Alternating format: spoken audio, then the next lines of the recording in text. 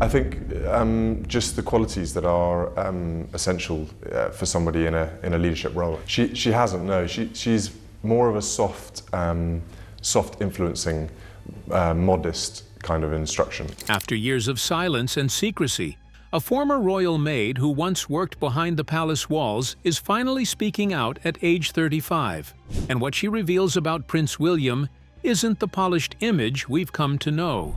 From whispered conversations to tense encounters far from the public eye, her account paints a very different picture of the future king. Shielded for decades by royal protocol, the truth is finally surfacing. And according to her, it's not flattering. What she claims will change how you see Prince William forever. The unseen toll of royal service. Sadie Rice had a reputation built on diligence, quiet loyalty, and an almost unmatched work ethic. But according to a well-placed insider close to the royal household, even her tireless dedication wasn't enough to withstand the crushing weight of her role. This wasn't just a demanding job. It became a life-consuming responsibility, the kind that slowly overtakes everything else. It wasn't about a few more rooms to clean or an extra sink of dishes, the insider began. It was about losing every sense of time and self. When Sadie first stepped into her role within the royal household in 2015, she did so with a sense of pride and purpose. The assignment was based at Anmer Hall, the 10-bedroom Norfolk estate that had become a family sanctuary for Prince William and Duchess Catherine. The duties were already substantial, managing the day-to-day upkeep of a sprawling property, including cooking, cleaning, laundry, and errands that required meticulous attention to detail. But slowly, things began to shift. At first, it was just an extra hour here or there, perhaps a late dinner preparation, or helping organize an impromptu guest visit. Then came the increasing involvement with Kensington Palace, as the royal couple prepared for their transition back to London. What seemed like a reasonable request, spending more time at Kensington, quickly became an open-ended commitment. Her schedule had to bend completely around them, the source revealed. She started spending more time in London, which meant more travel, more responsibilities, and even less time for herself. Sadie at first tried to adapt. She rearranged her personal life, worked late into the night, and found herself perpetually on call. Her efforts weren't unnoticed, but they were unrelenting. Every adjustment she made seemed to invite another demand, until the distinction between her personal life and professional role dissolved almost entirely. She missed birthdays, canceled plans, stopped seeing friends. She was always working, said the insider with a tone of quiet concern. After 2 years, it was no longer just a job. It was her whole life. By 2017, the physical and emotional toll was mounting. The grandeur of royal service may come with a certain prestige, but the cost behind the scenes was staggering. The job, it turned out, wasn't only about discretion and discipline. It required surrender. The daily tasks themselves were exacting. Grocery shopping wasn't just about filling a list. It meant choosing only the finest ingredients, mindful of royal preferences and strict dietary standards. Cooking required not only skill, but precision. Dishes had to reflect tradition, health, and the tastes of future monarchs. Laundry involved handling delicate garments, sometimes worth thousands, all to be treated with pristine care. And cleaning wasn't about dusting and scrubbing. It was preserving heritage, polishing family silver, and maintaining historical objects with a museum-like touch. But the hardest part? The invisible expectations. You're expected to be present but never seen, available but never intrusive. You become a ghost in the grandest house in Britain, said the insider. And the biggest thing that's never written down is that your loyalty should come with sacrifice, real, personal sacrifice. For a while, Sadie bore it all without complaint. The honor of serving the royals, the potential career benefits, the allure of being part of something greater. It held her there. And yet, the growing demands kept pushing, asking her to give more than she had left to give. But what finally pushed Sadie Rice to walk away from a life of royal duty and sacrifice? Keep watching to find out. The breaking point behind royal walls. Eventually, Sadie Rice reached her limit. And what led her to walk away from one of Britain's most sought-after positions reveals a truth the palace would rather keep hidden. Behind the carefully guarded walls of Anmer Hall, a quiet estate nestled in the Norfolk countryside, life was anything but serene for the woman tasked with keeping it immaculate. Anmer Hall, with its 10 grand bedrooms and sweeping gardens, may appear to be a peaceful haven for Prince William and Duchess Catherine. But for those working inside, especially Sadie, the experience was far from tranquil. From 2015 to 2017, she devoted herself to the royal residence, silently cleaning ornate rooms, polishing cutlery reserved for nobility, preparing tailored meals, and ensuring every detail was flawless. Outwardly, her €35,000 salary suggested stability and prestige. In reality, it barely compensated for the invisible costs.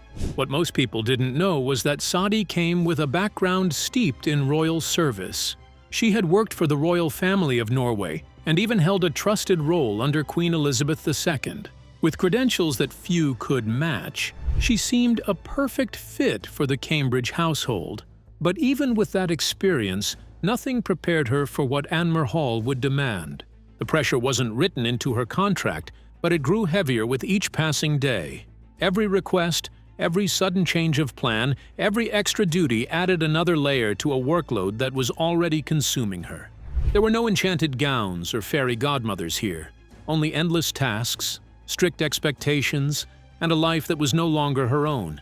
Inside those elegant walls, a quiet unraveling was underway, and when it finally became too much, Sadie made a choice that would leave the royal household stunned, and leave many wondering what really goes on behind those gilded doors.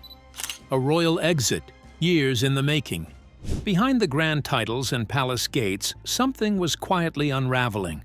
Sadie Rice, once a trusted and admired member of Prince William and Duchess Catherine's household, had reached a point of no return. The elegant rooms of Anmer Hall may have sparkled on the surface, but behind the scenes, they had become the backdrop to a life slowly slipping out of her control. And when she finally made the decision to step away, it wasn't with a dramatic outburst, but with calm resolve and a quietly firm goodbye. After 2 years of meticulous service to the Cambridges, the choice to leave wasn't rushed. It came after months of mounting demands, long hours, and the slow erosion of personal boundaries. "It's their loss," one insider remarked, hinting that attempts had been made to keep her. But for Sadie, it wasn't about money or position. It was about reclaiming something she had sacrificed for far too long: her time, her voice, and her sense of self. Her resignation marked the end of an intense chapter. Though many might dream of working for royalty, few understand the emotional toll it can take. Walking away from a prestigious post at Kensington Palace wasn't just about changing jobs. It was about stepping away from a way of life deeply embedded in hierarchy, history, and expectation. And though her departure sent quiet ripples through royal staff circles, those who knew her best weren't surprised. She had given everything. Now, she was choosing to take something back. Within royal service, people like Sadie are rare, quiet professionals who bring experience, discretion, and humanity to roles that demand everything. They'll regret losing her, the source continued, not as a warning but as a truth. Good people, truly good people, are not easy to find in a world where silence and sacrifice are often expected but rarely acknowledged. Even Prince George and Princess Charlotte were said to be upset by her departure. And that says more than any official statement ever could. Children recognize warmth and consistency. For them to notice, her absence wasn't just about routine being disrupted. It was about the loss of someone who had quietly cared for them every single day. Sadie hadn't just done her job. She'd made a mark. But what does it really mean to serve royalty? From the outside, it all seems dazzling. Shiny silver, crisp uniforms, and whispered protocol. But those who've lived behind the velvet ropes know differently. For Sadie, each day began before the sun rose and ended long after everyone else had gone to bed. Breakfasts had to be perfectly prepared, groceries chosen with precision, and rooms cleaned to a standard few could maintain. Nothing could be missed. Not a fingerprint, not a wrinkle in the linen, not a speck of dust. The laundry alone was a full-time job. Delicate silks, embroidered fabrics, and designer outfits, some worth more than she made in months, had to be handled with expert care. Fresh produce had to be sourced from select markets. Tasks were endless, but her time was finite. Yet she gave all of it, and more, with no room left for herself. And in between those duties, the unexpected. A guest arrived earlier than planned. A last-minute change to an event. A need arises without warning. Everything she did had to be executed smoothly, quietly, and with the emotional restraint of a seasoned diplomat. The job didn't just demand skill, it demanded composure, warmth, and grace under pressure. Royal service wasn't simply physical labor, it was emotional labor. According to one close friend, Sadi once said, "I need to make this public. People need to understand what it's really like. Not for scandal, not for revenge, but for the truth." Royal households operate like clockwork, but it's people like Sadi who wind the mechanism each day. Their unseen efforts are the reason things appear seamless, and the weight they carry goes far beyond feather dusters and folded linens.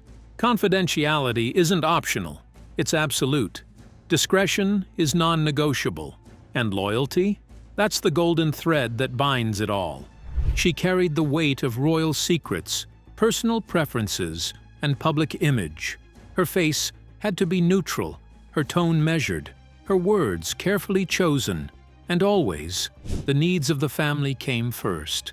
There were days when the Duchess would apologize, Sadi confided to a colleague after she left. She knew it was too much, but it still had to be done.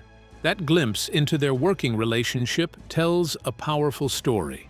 Kindness from employers doesn't cancel out the weight of responsibility. Even when compassion was shown, it didn't lessen the demands. The work had to be done. The schedule had to be followed. The image had to be maintained. For every smiling public appearance the Cambridges made, Sadi was one of the people ensuring the machinery behind the scenes was running. A simple tea party for visiting dignitaries meant hours of polishing, prepping, and planning. A royal event in London could mean shifting the entire household's rhythm. Last-minute changes, like Prince William's unexpected seating adjustment during a state dinner, triggered a domino effect, impacting security, service, and protocol. The staff, Sadi included, made it all work, but it came at a cost. "You're always calculating," a fellow former employee once said. "Can I take this weekend off? Will that clash with their schedule? Will it seem like I'm not dedicated?" These are the quiet mental negotiations royal staff carry with them daily. Not because they're forced, but because the system encourages it. Availability becomes a kind of currency, and asking for personal time can feel like a betrayal. What makes Sadi's journey especially striking is that Prince William and Duchess Catherine were known to be respectful, even kind. This wasn't a story of abuse or mistreatment. The problem wasn't cruelty, it was culture. A centuries-old system designed to serve a monarchy, but one that often overlooks the needs of the people who keep that system running. By the time she turned 35, Sadi had finally drawn a line. And that line wasn't just personal, it was symbolic. She wasn't just saying no to more shifts or longer hours. She was saying no to the invisible cost of silence, and yes to a life where her own needs mattered again. And though she left with grace, her departure left behind a very loud question, echoing quietly through the halls of Anmere Hall and Kensington Palace. How long can tradition ignore reality before even the most loyal begin to walk away? But what really drives someone to leave royal service after giving everything and getting almost nothing back? Keep watching. A quiet rebellion inside the palace walls. At 35, Sadi Rice made a choice that few ever dare. She walked away from the heart of royal life to reclaim something she hadn't had in years, her own time. After countless days folding luxury garments, managing spotless rooms, and orchestrating the quiet flow of a family constantly in the public eye. Sadi's departure in 2023 was more than a change in employment. It was a quiet jolt to an ancient system built on silent loyalty and seamless service. When news of her resignation broke, Kensington Palace issued the same polished response they've used for years. We cannot comment on the Duke and Duchess's private staff. It was a phrase designed to deflect, rooted in royal tradition. Staffing, the palace seemed to say, was not for public consumption.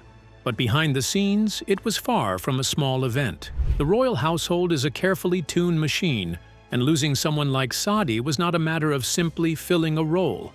Especially that summer, as Prince William and Duchess Catherine finalized their move into Kensington Palace, the loss of a long-serving housekeeper struck deeper than mere logistics. This was a pivotal moment in their transition. New home, rising royal responsibilities, and the eyes of the public watching more closely than ever. Saadi was not just an employee. She held years of experience, an understanding of the family's needs, and a familiarity with their routines that made day-to-day life run without a hitch. When the children liked their snacks, how to fold the Duchess's linens just right, these weren't listed in handbook. They were part of Saadi's lived experience. Her exit meant losing not just her hands, but the quiet intelligence that made royal life appear effortless.